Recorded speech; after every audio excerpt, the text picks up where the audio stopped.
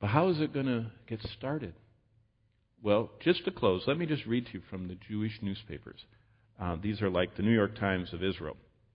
One key event happened 5 years ago in the year 2004.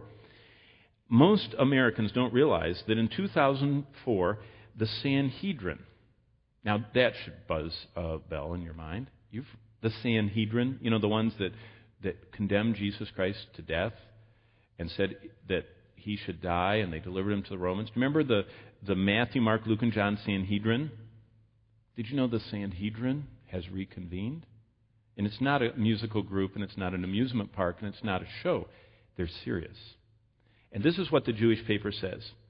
After 2,000 years of absence, an event has set tingles up and down the backs of those who know God's Word. Preparations by the Temple Institute are now complete. And two remarkable developments took place in the last 5 years that are extremely relevant to students of biblical prophecy. First, for the first time in 1,600 years, the Israeli Sanhedrin was reestablished. It occurred in the city of Tiberias on the Sea of Galilee in northern Israel. That was the site of the Sanhedrin's last meeting in AD 425. The Sanhedrin disbanded during the Roman Empire in 425 AD. They fled Jerusalem in AD 70. They took their scrolls with them. They moved north to what is called Galilee today, and they lived in the Galilee region. In fact, they're the ones that wrote the modern-day Passover Seder that's celebrated all over the world.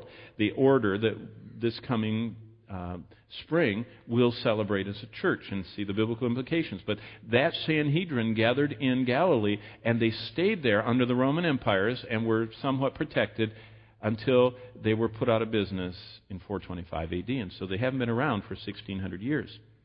But on January 20th, 2005, the Israeli news service reported a revived Sanhedrin discusses the temple. And here's the article, 2 paragraphs of it. A unique ceremony, probably the only second of its kind in the past 1,600 years, is taking place in Tiberias today. The launching of a Sanhedrin, the highest Jewish legal tribunal in the land of Israel. The Sanhedrin, a religious assembly that convened in one of the holy temple chambers in Jerusalem before AD 70, was made up of 71 sages and existed during the Tanaitic period for several decades before the Common Era until roughly 425 CE. Well, that's their code for saying that they've reinstituted the ruling body of the 70. Well, because there's a growing conviction among devout Jews, Messiah is promised in the Old Testament and will come soon, there was a need to establish a religious body that could verify the Messiah. Our guide we just had 2 weeks ago, you know what he said to me? He says, well, we've got a group that will recognize him when he comes, if he comes. Isn't that interesting? He talks about the Messiah as if, he said, we'll recognize him when he comes. He's an unbelieving in Jesus Christ ethnic Jew. But to help the common people recognize him, they've instituted this Sanhedrin. The convictions of Messiah's coming have been growing since the birth of Israel as a nation in 1948. And in 1967, when they reconquered Jerusalem, it sprang to life. But on February 9th of 2005, just 4 weeks after the Sanhedrin was reestablished in Tiberias, the devout Jewish sages began discussions of how to build the third temple. But they knew they had to follow what Moses said. So listen to what they've done. To build the third temple, the exact location of the first and second had to be determined. So here is what they did, and I'll read more. The Sanhedrin member, Rabbi Yisrael Ariel, is the most ardent believer that the third temple should be rebuilt in his generation. He happens to be the founder of the Temple Institute and was the paratrooper who stormed the Temple Mount and liberated it in 1967. So this guy's a soldier, becomes scholar, and he's an ethnic Jew.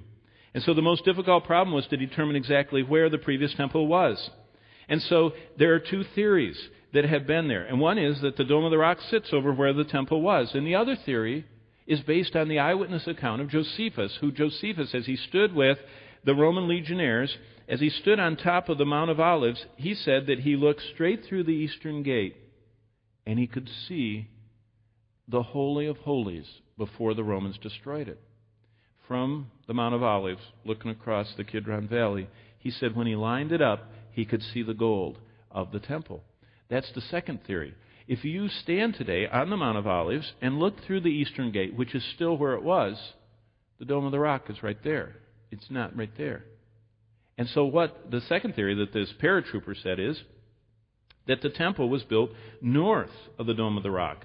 And Dr. Asher Kaufman developed a theory using the archaeological evidences that were found on the mount before the Muslims destroyed them, that the most important sign is the position of the eastern gate.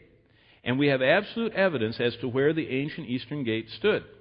In fact, all the secular archaeologists know that it's built on the Herodian, which is built on the Nehemiah foundation. So that has never moved. So it's in the right spot. But if you look back at Revelation 11, because this is where we're ending tonight. I was given a reed like a measuring rod, and the angel stood and said, "Rise and measure the temple." So there's going to be a temple and an altar and those who worship there, but leave out the court. That means the area outside the temple, which don't measure it because it's been given to the Gentiles, and they will tread the city underfoot for 40. So there's something that isn't holy that's outside the temple. There are 6 meters of room. If you leave the Dome of the Rock alone and build the entire temple the same size as Herod built, there would be 18 feet left between them. It's very interesting. You don't have to have an earthquake or an atomic bomb to destroy the Dome of the Rock. Just leave it. And let the Antichrist give the Jews permission to build their temple right next to it. Wouldn't that be interesting? Go on a tour and see both, Go see the Muslim. Can you imagine the Jewish tour directors doing that? But if you measure the distance from the center line point where the wall of the inner court would stand, there is at least 18 feet clearance between them. So what does all that mean? The Jews realize the temple can be rebuilt and can stand alongside the Dome of the Rock without disturbing it. And do you know who has thought of that and talked about that? The most hated politician in Israel. The one no one wanted to get in. And he happens to be the premier right now. And that's why the speaker came to Haifa University. He said, Netanyahu is doing what he said he'd do. He's going to let them build their temple. Now, this is not Hal Lindsey talking. It's a Muslim scholar talking about a secular Jewish leader. They're talking like the Bible. Well, just the fact that a reestablished Sanhedrin is now considering rebuilding the temple after 2,000 years is extremely important. I believe we are very near the final climactic events that end with the second coming of Christ. The Jews are the final sign. Satan the dragon has a fixation on destroying them. Revelation 12 says God has written history, put it on paper. He's going to save a remnant at their most desperate hour. And Satan can read, and he knows what's coming, and he's trying to destroy the Jews. Now, let's back up to where we began. David invested the largest treasure that there's ever been amassed on earth in the first temple.